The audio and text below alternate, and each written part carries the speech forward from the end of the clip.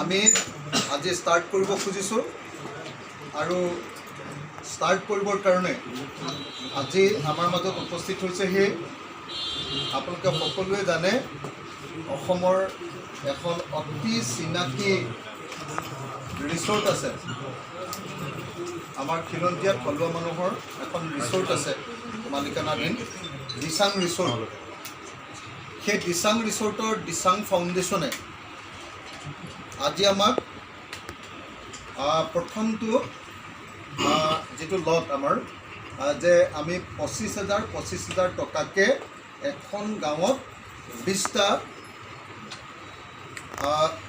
২০টা আমি ঘৰ নিৰ্মাণ কৰিব খুজিছোঁ। মিছনটোৰ নাম আমি দিছোঁ মিছন আশ্ৰয়। আমাৰ তিনিখন জিলা বানপানীয়ে সম্পূৰ্ণৰূপে বিধ্বস্ত কৰি গ'ল, চৰাইদেউ, শিৱসাগৰ আৰু যোৰহাট। মই আপোনালোকে নিশ্চয় জানে যে শিৱসাগৰ সমষ্টিৰ বিধায়ক হিচাপে মোৰ সকলো শক্তিৰে সৈতে সমষ্টিৰ ৰাইজক সহায় কৰিবলৈ চেষ্টা কৰিছোঁ। তাৰ পাছত এতিয়া নতুন এটা আঁচনি আমি লৈছোঁ, তাৰ নাম দিছোঁ মিছন আশ্ৰয়। এই আশ্ৰয় আঁচনিত আমাৰ ৩টা প্ৰজেক্ট থাকিব। এটা হ'ল কোনোবা নিৰ্দিষ্ট ব্যক্তিয়ে যদি এখন গাঁও এডপ্ট কৰিব খোজে, উঠাই ল'ব খোজে, তুলি ল'ব খোজে, তেতিয়াহ'লে তেওঁ ২৫,০০০ টকাকৈ ২০টা ঘৰৰ বনাবৰ কাৰণে যিটো খৰচ অৰ্থাৎ ৫ লাখ টকা সেই পৰিয়াল বা সেই অনুষ্ঠানে আমাক প্ৰদান কৰিলে তেখেতসকলৰ নামত আমি এখন গাঁও এডপ্ট কৰাৰ বা তুলি লোৱাৰ ব্যৱস্থা গ্ৰহণ কৰিম। আমাৰ এই প্ৰজেক্টটোত প্ৰথমতে সহায় কৰিবলৈ ওলাই আহিছে গুৱাহাটীলৈ যাওঁতে, উজনি অসমৰ পৰা যদি আপুনি গুৱাহাটীলৈ যায়, সোণাপুৰ পোৱাৰ লগে লগে যোৰাবাটলৈ ওপৰলৈ উঠাৰ আগত সোঁফালে দিচাং ৰিসৰ্ট নামৰ এখন অতি প্ৰখ্যাত ৰিসৰ্ট আছে, যি ৰিসৰ্টখন আমাৰ ইয়াৰ চৰাইদেউৰ পৰা যোৱা এটা পৰিয়াল, তেওঁলোকে সেই ৰিসৰ্টখন নিৰ্মাণ কৰিছে। দিলীপ গগৈ, বৌৰ নাম কি আছিলে আমাৰ জানমণি গগৈ, আৰু দিলীপ গগৈৰ কন্যা শ্বেতা গগৈ।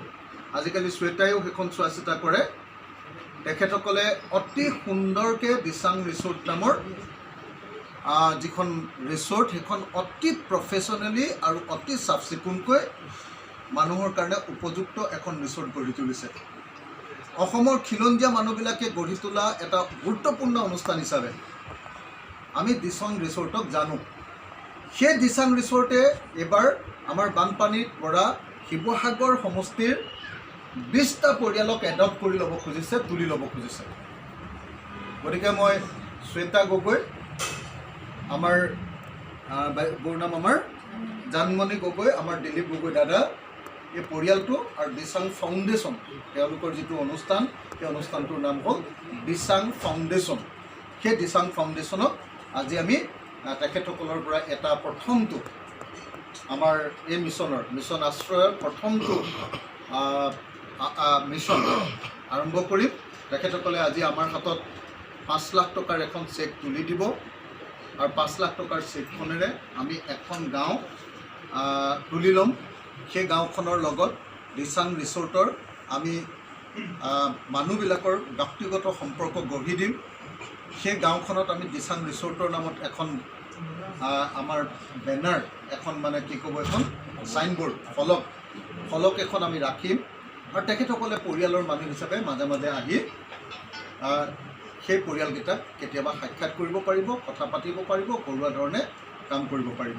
মই এতিয়া দিচাং ৰিসৰ্টৰ পৰা তেখেতসকলৰ যিখন আপোনাৰ চেক, সেই চেকখন আপোনালোকৰ হাতত সকলোকে এটা বজাবৰ কাৰণে অনুৰোধ কৰিছোঁ।